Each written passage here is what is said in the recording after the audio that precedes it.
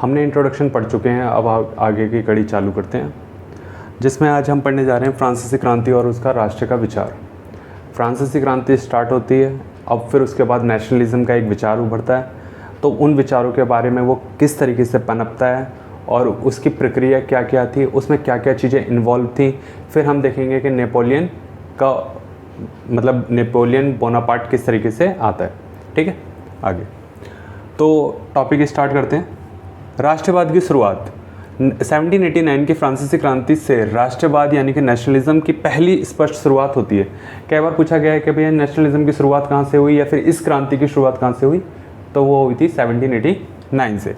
क्रांति से पहले फ्रांस में निरंकुश राजा का शासन था। निरंकुश मतलब था वही जिस पे कोई अंकुश ना हो, किसी भी तरीके से कोई पाबंदी ना लगा सके उस राजा के ऊपर। क्रांति के बाद सत्ता राजा से निकलकर जनता के हाथों में आ गई। जैसे ही क्रांति खत्म होती है उसके बाद सत्ता किसके हाथ में आ जाती है? जनता के हाथों में। अब जनता अपने हिसाब से सारे कार्य करेगी। आगे यह घोषणा की गई कि राष्ट्र का निर्माण जनता करेगी और वही देश का भविष्य तय करेगी। तो ये घोषणा कर दी गई कि अब जो भी नियम बनेंगे, जो भी कानून बनेंगे, वो जनता बनाएगी, ना कि कोई राजा बनाएगा। राष्ट्रीय एकता की भावना कैसे पैदा की गई? राष्ट्रीय भावना की देखो, अब जो राष्ट्रीय होता है, ठीक है ना, राष्ट्रीय यानी कि राष्ट्र की एकता, यूनिटी किस तरीके से लाएगी, उसमें कुछ कुछ तो रूल्स लाए गए होंगे या फिर कोई ना कोई नियम्स होंगे जिसके थ्रू हम ये कह सकते हैं कि भाई राष्ट्र की एकता की भावना आती है। ठीक है, यानी कि यूनिटी आती है उन लोगों के बीच में, या तो कोई भाषा के जरिए पास आता है या फिर कोई वेशभूषा के जरिए पास आता है, यानी कि जो ड्रेस कोड होता है उसका, या फिर कोई धर्म के जरिए पास आता है। ठीक है, तो यहाँ पर जो फ्रांसीसी क्रांति थी उसके अंदर ये किस तरीके से पास आते हैं।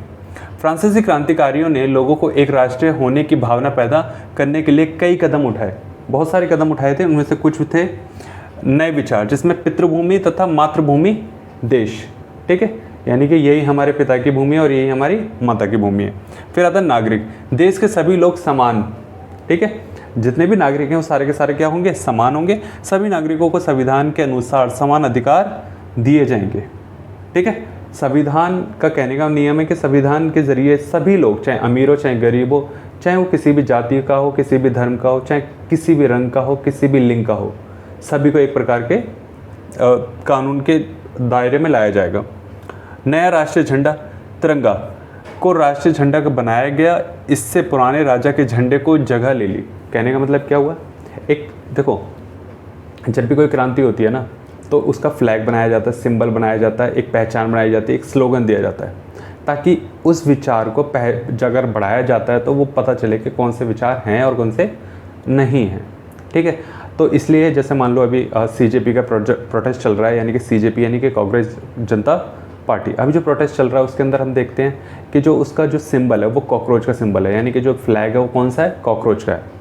आगे नई संसद, अब देखो राजा के समय में क्या था? स्टेट जनरल था। ठीक है, उसी को नाम चेंज किया गया, बस उसका नाम क्या कर दिया गया? National assembly. अब इसके सदस्य जनता द्वारा चुने जाते थे। पहले किसके द्वारा चुने जाते थे? राजा के द्वारा। अब किसके द्वारा चुने जाएंगे? जनता के द्वारा। ठीक है, राष्ट्र के सम्मान में कार्य। राष्ट्र के सम्मान में कार्य किस प्रकार के हो सकते हैं? जैसे मान लो अगर मान लो कोई क्रांति हुई, क्रांति के अंदर कुछ लोग शहीद हुए, शहीदों को सम्मान देना। ठीक है, इस टाइप के जो कार्य होते हैं उनको बोला जाता है। नई देशभक्ति को स्तुतियाँ लिखनी, पोइट वगैरह लिखनी या फिर गाने वगैरह लिखने। शपथ दिलाई गई, मतलब शपथ ली जाएगी। ठीक है, शपथ ली जाएगी कि हम सदैव देश के प्रति कार्य करेंगे। शहीदों का सम्मान किया गया। यह सब राष्ट्र के नाम पर किया गया। किसके नाम पर किया गया? राष्ट्र के नाम पे, यानी कि एक देश के नाम पे किया गया। आगे इसमें प्रशासनिक सुधार कौन कौन से हैं देखने को मिलते हैं। पूरे फ्रांस में एक जैसी प्रशासनिक व्यवस्था लागू की गई। सभी नागरिकों के लिए एक समान कानून बनाए गए। देखो मैंने भी बोला था कि सभी के लिए कानून एक प्रकार से बनाए गए, सेम टाइप के कानून होंगे, किसी के लिए कोई भेदभाव नहीं होगा। और प्रशासनिक व्यवस्था लागू की गई, यानी कि जो ईजी तरीके से वो कार्य हो सके। आंतरिक व्यापार पर लगने वाले कर, ठीक है, इंटरनल ट्रेड जितने भी होंगे जो देश के अंदर की क्षेत्र में होंगे, उनके ऊपर सभी आयात और निर्यात यानी कि इंपोर्ट एंड एक्सपोर्ट के जितने भी टैक्सेस थे वो हटा दिए गए। भार और माप की एक समान प्रणाली लागू की गई, यानी कि जो वेट मेजरमेंट था उसको एक ही प्रकार का, जैसे मान लो इस क्षेत्र में अगर 1 किलो का वाट है तो वो दूसरे क्षेत्र में भी 1 किलो का वाट ही कहलाएगा। ठीक है, ये नहीं है कि यहाँ पर 1 किलो का वाट है वहाँ 2 किलो का वाट हो जाएगा, नहीं, दोनों इक्वल होगा, यानी कि इधर 1 किलो का वाट है तो उधर भी 1 किलो का वाट होगा। अलग अलग क्षेत्रीय बोलियों को कम महत्व दिया गया। उन्होंने बोला कि मतलब कि जो क्षेत्रीय लैंग्वेज है उसको कम महत्व देखे कि जो ज़्यादा बोली जाने वाली लैंग्वेज है, जिसमें से हमारी फ्रेंच भाषा जो थी वो सबसे ज़्यादा बोली जाने वाली लैंग्वेज थी, पेरिस की भाषा थी ये, तो उस लैंग्वेज को हमारी कौन सी यूरोप की कौन सी राष्ट्रीय फ्रांस की राष्ट्रीय भाषा बना दिया गया। फ्रांस का उद्देश्य क्या क्या थे? फ्रांसीसी क्रांतिकारियों का मानना था कि फ्रांस का कर्तव्य है कि वह यूरोप के लोगों को तानाशाही से मुक्त कराए। किसकी? फ्रांस ये कह रहा है कि हम पूरे यूरोप के लोगों को क्या करेंगे? तानाशाही यानी कि जो राजाशाही सिस्टम है, यानी कि जो मोनार्की सिस्टम है, उससे आज़ाद करा देंगे। दूसरे देशों को भी राष्ट्रीय राज्य बनाने में सहायता करेंगे।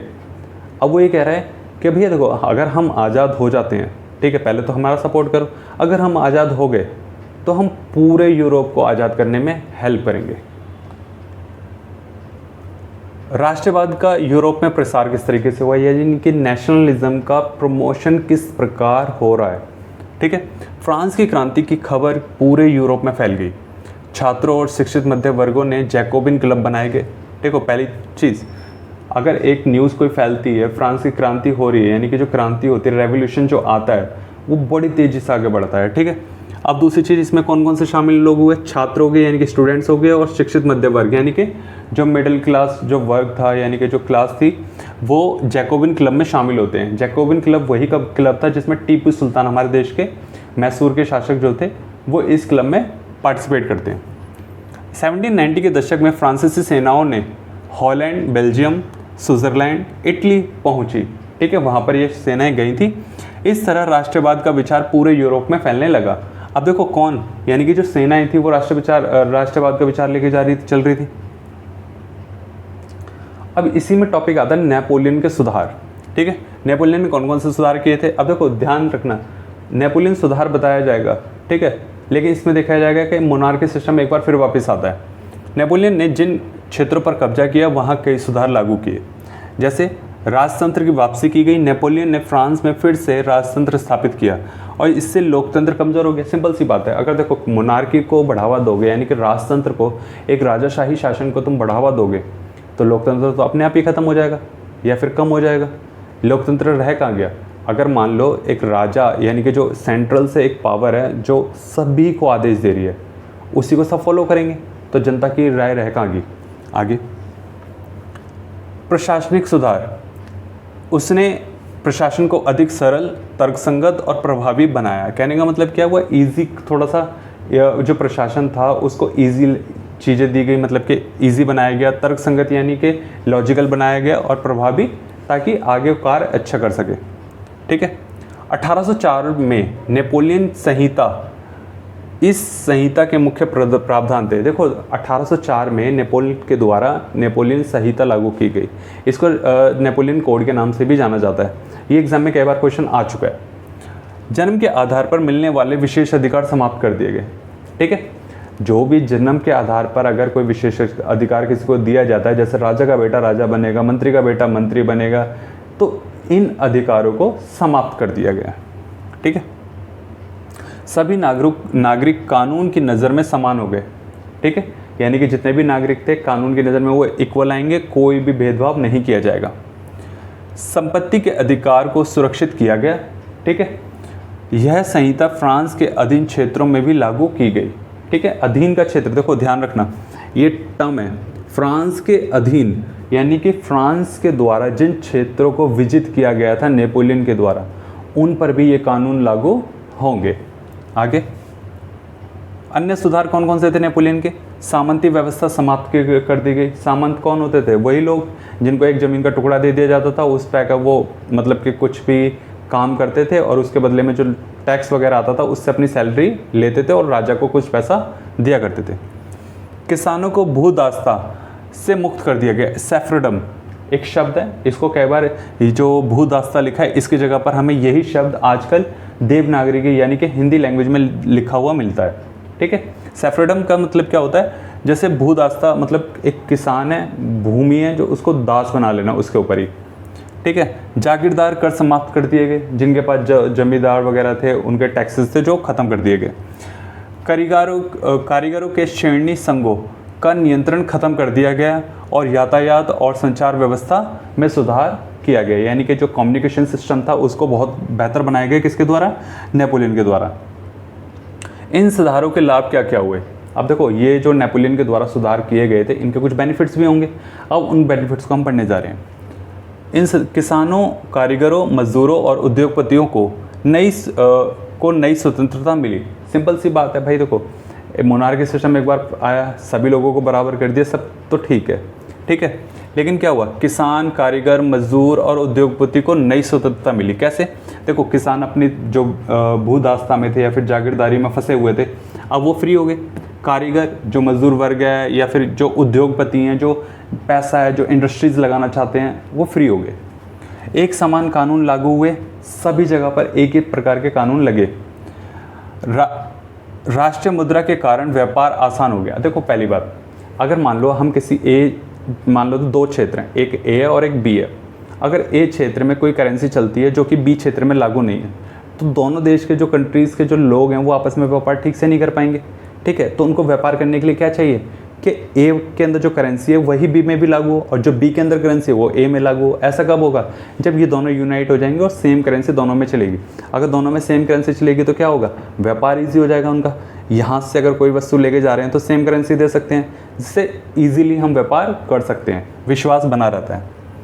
वस्तुओं और पूंजी का एक स्थान से दूसरे स्थान तक आवागमन सरल हो गया, ठीक है। कहने का मतलब कि जब भी जो देश था, जो बाउंड्री थी, बाउंड्री के अंदर के जितने भी टैक्सेस थे, यानी कि import tax and export tax वगैरह ख़त्म कर दिए गए। जब ये दोनों टैक्सेस ख़त्म हो जाएंगे तो क्या होगा, सिंपल सी बात है कि जो व्यापार है वो तेज़ी से ग्रो करेगा। टैक्स नहीं होगा तो वस्तु सस्ती हो जाएगी और इजीली हर मार्केट में उपलब्ध हो जाएगी।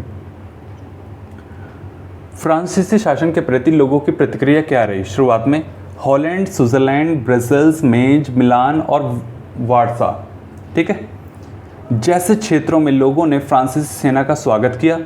उन्हें लगा कि फ्रांस उन्हें स्वतंत्रता देगा। अब देखो ध्यान से, हॉलैंड, स्विट्ज़रलैंड, ब्रसेल्स, मेज, मिलान और वार्सा। अब भाई एक बात बताओ, फ्रांस ने सारे क्षेत्र विजिट किए एक तरीके से। अब इन क्षेत्रों पर राज कौन करेगा, मोनार्की सिस्टम आ गया, नेपोलियन का राज आ गया, तो वो राज कौन करेगा, नेपोलियन करेगा। अब ये लोग तो भैया खुश इस वजह से थे ना कि भैया इनको आज़ादी मिल गई है, अब ये फ्रीली कोई भी काम कर सकते हैं। जैसे कहते हैं ना कि माँ बाप घर से बाहर चले जाएं, बच्चा घर में अकेला है तो कुछ भी कर सकता है, ठीक है। और अचानक पता चले तो 1 घंटे के अंदर माँ बाप वापस आ रहे हैं, तो जितने भी हरकतें करी होती हैं वो हटानी पड़ती हैं। वही चीज़ उन्हें लगा कि फ्रांस उन्हें स्वतंत्रता देगा, लेकिन उन्होंने स्वतंत्रता नहीं दी। लेकिन धीरे धीरे लोगों को समर्थन विरोध में बदल गया, क्योंकि अब एक बात बताओ, देखो पहली चीज़, जितने भी कंट्रीज़ के जो नाम दिए हैं, ठीक है, हॉलैंड, स्विट्ज़रलैंड, ब्रसेल्स, मेज, मिलान और वार्सा, ये पहले तो समर्थन में थे, ठीक है, किसके, फ्रांस के समर्थन में थे। लेकिन जब बाद में इनके ऊपर भाई बहुत सारे टैक्सेस लगा दिए गए, सेंसरशिप लागू कर दी गई, लोगों को जबरन फ्रांसीसी सेना में भर्ती किया जाने लगा और राजनीतिक स्वतंत्रता नहीं मिली। यानी कि पॉलिटिकल, अब मान लो कोई, जैसे मान लो फ्रांस एक देश है, ठीक है, बाकी जो दूसरे देश हैं वहाँ का कोई लीडर निकलना चाहता है तो उसको स्वतंत्रता नहीं है, तो क्या करेंगे, वो विरोध करेंगे। तो इन लोगों के द्वारा विरोध किया गया। इन लोगों को लगा कि फ्रांसीसी शासन के नुकसान उसके लाभों से अधिक हैं। भाई सिंपल सी बात है, बेनिफिट तो हो रहा था, बट जब नेगेटिव इम्पैक्ट ज़्यादा दिखाई देगा तो क्या करेंगे, लोग विरोध करेंगे, और विरोध करने के अलावा हमारे पास कुछ चारा नहीं है। आज भी देखो धर्मेंद्र प्रधान के लिए सब इस्तीफा मांगने के लिए कॉकरोच जनता पार्टी जंतर मंतर पर बैठी हुई है, ठीक है, वो ऐसी थोड़ी बैठी है, विरोध है तभी तो बैठी है ना। आगे अब क्विक रिवीजन कर लेते हैं, हम देख लेते हैं कि हमने क्या क्या आज सीखा। देखो 1789 में फ्रांसीसी क्रांति, राष्ट्रवाद की शुरुआत हुई। सिंपल सी बात, फ्रांसीसी क्रांति की शुरुआत कब हुई, 1789 के अंदर। दूसरा, 70 राजा से जनता के हाथों में आ गई। भाई सिंपल सी बात है, फ्रांसीसी क्रांति इसीलिए हुई थी कि राजा से हटके किसके पास आ जाए, जनता के पास। फ्लैग बनाया गया, उसका फ्लैग का जो कलर थे 3 कलर थे, ठीक है, इसलिए तिरंगा कहा गया।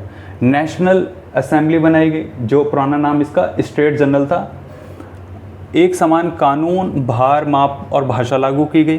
फ्रांस ने राष्ट्रवाद का विचार पूरे यूरोप में फैलाया, फिर उन क्षेत्रों पर कब्जा किया, फिर उन पे अपनी जो नियम थे वो थोपे, फिर उन लोगों के द्वारा विरोध किया गया। 1804 में नेपोलियन संहिता लागू की गई, यानी कि नेपोलियन कोड लागू किया गया। ये एग्जाम में बहुत बार पूछा गया, तो बहुत इंपॉर्टेंट है। सामंती व्यवस्था समाप्त हुई और कानून के सामने समानता मिली। बढ़े हुए कर, सेंसरशिप और जबरन भर्ती के कारण लोगों को फ्रांसीसी शासन के विरोधी बन गए। कहने का मतलब क्या हुआ, देखो टैक्सेस बढ़ा दिए जाएं, जैसे मान लो फ्रांस के साथ साथ जो समर्थन में थे, बाद में पता चला कि लगातार टैक्सेस बढ़ाए जा रहे हैं, जबरन यानी कि ज़बरदस्ती लोगों को सेना में भर्ती किया जा रहा है। अब भाई सेना में भर्ती होगा तो मरेगा ही जाके, अगर कोई युद्ध हुआ तो लड़ेगा ही, और जब मर जाएगा तो भैया उसके लिए तो नुकसान है। तो इस चीज़ का विरोध उनको सामना करना पड़ा। तो आज के लिए इतना ही, कल से हम सेकंड पॉइंट करना चालू करेंगे इसका, ठीक। अच्छा लगे तो ज़रूर बताना, और ना अच्छा लगे तो वो भी बताना, ताकि मैं और ज़्यादा इसको इम्प्रूव कर सकूं जो नोट्स हैं, ठीक है।